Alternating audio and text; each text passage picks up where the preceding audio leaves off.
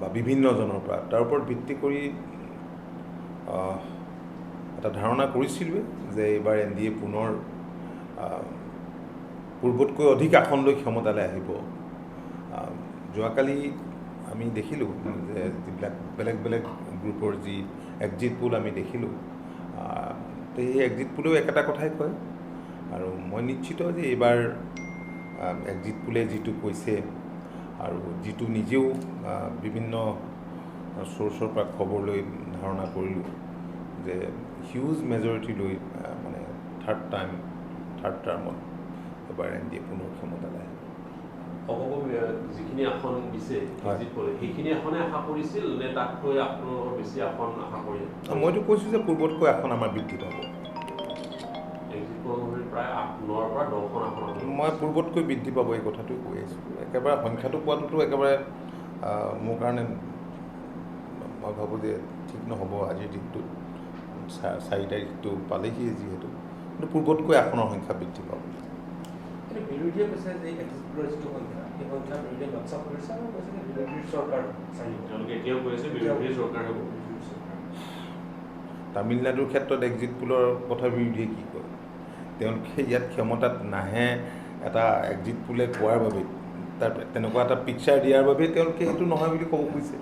আৰু তেনেকুৱা এটা তেওঁলোকে আপোনালোকে দেখিছে যে যোৱা দিনকেইটাত তেওঁলোকে জনসাধাৰণক এটা ধাৰণা দিব বিচাৰিছিল তেওঁলোকৰ কথা বতৰাৰ জৰিয়তে যে কংগ্ৰেছ আৰু কংগ্ৰেছৰ মিত্ৰ দল ক্ষমতালৈ আহিব। এতিয়া অবাস্তৱ, কাৰণ কংগ্ৰেছৰ সেই বেয়া দিনবিলাকৰ কথা অসমৰ মানুহে পাহৰা নাই।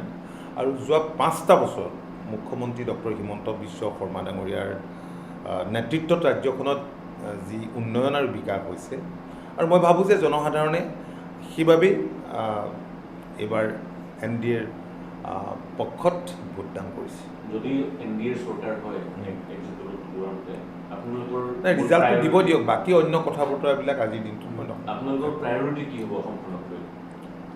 অসমখনৰ উন্নয়ন বিকাশটোৱে মূল কথা, আৰু অসম চুক্তিৰ ৰূপায়ণ, বিদেশী নাগৰিক পৰিস্থিতিটো মূল ইছ্যু। গতিকে এই ইছ্যুবিলাক ডেফিনেটলি থাকিব। AUDFৰ বিপৰ্যয়টো একেবাৰে নিশ্চিত। সেইটো নিৰ্বাচনৰ আগতেই স্পষ্ট হৈ পৰিছে যে এইবাৰ AUDF বেয়াকৈ বিপৰ্যয়ৰ সন্মুখীন হ'ব। কাৰণ যোৱা দিনবিলাকত তেওঁলোকে কেৱল ধৰ্মীয় উন্মাদনাৰ সৃষ্টি কৰি মানুহৰ মাজত ভোট লয়, তাৰপিছততো একো কাম কাজ কৰা নাই।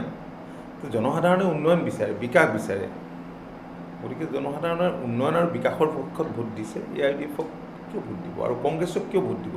কাৰণ কংগ্ৰেছ দীৰ্ঘদিন ধৰি ক্ষমতাত থকা দল, আৰু এই দলটোৱে স্বাধীনতাৰ পিছত ইমান দীঘলীয়া সময়ত যিখিনি কাম কৰিব লাগিছিল কৰিব নোৱাৰিলে। কিন্তু এই 5টা বছৰত এখন সুকীয়া ছবি ৰাজ্যখনৰ অসমৰ জনসাধাৰণে দেখা পাইছে, আৰু সেইকাৰণে জনসাধাৰণে ভোট দিছে।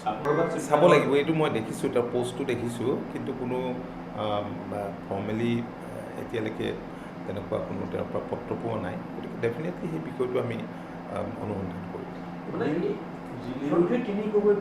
হা, চাওক, মই আৰু আজিৰ দিনটোত বিশেষ নকওঁ।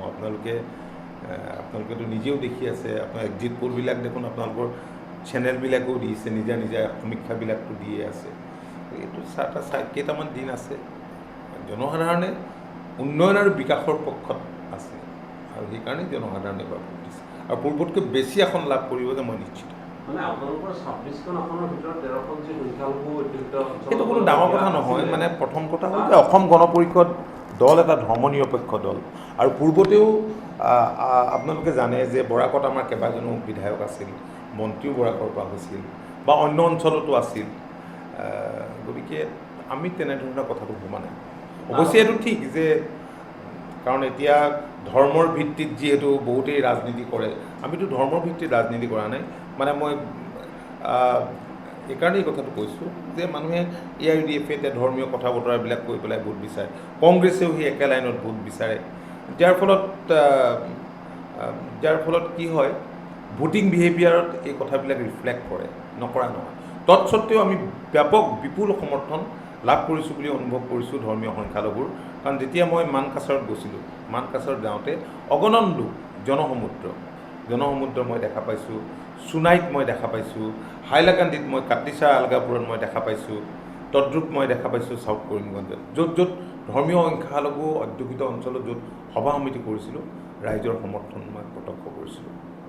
সকলো ঠাইতে জিকিব নোৱাৰিব পাৰোঁ, কিন্তু অসম গণ পৰিষদৰ ওপৰত ধৰ্মীয় সংখ্যালঘুৰ বিশ্বাস আৰু আস্থাটো যে এতিয়াও আছে, সেই কথাটো প্ৰমাণ হয়। এই কথাটো এনেকৈ কোৱা হৈছে যে অসম গণ পৰিষদত ক'ৰবাত সেইবিলাকতো বিৰোধীয়ে কোৱা কথা, কংগ্ৰেছে কোৱা কথা। গতিকে আমাৰ কথা বতৰা বা আমাৰ চিন্তাধাৰাবোৰ তেনেকুৱা নহয়। যদি পাৰ্চেণ্টেজ ৱাইজ চাবলৈ যায়, তেতিয়াহ'লে আপোনালোকৰ তুলনাত বিজেপিৰ আসন অধিক দিছে আৰু তেখেতলোকৰ জয়ৰ সেই পাৰ্চেণ্টেজো অধিক হ'ব এতিয়া। কিন্তু আপোনালোকক ক'ৰবাত তেনেকৈ আপোনালোকে ৱেইট কৰক 4 তাৰিখলৈ। মই অন্য কোনো এতিয়া আপুনি সোধা প্ৰশ্নৰ উত্তৰ মোৰ পৰা একো অন্য নাপায়। ৰিজাল্টলৈ বাট চাওক, তাৰপিছত যি ক'ব লাগে মই ক'ম।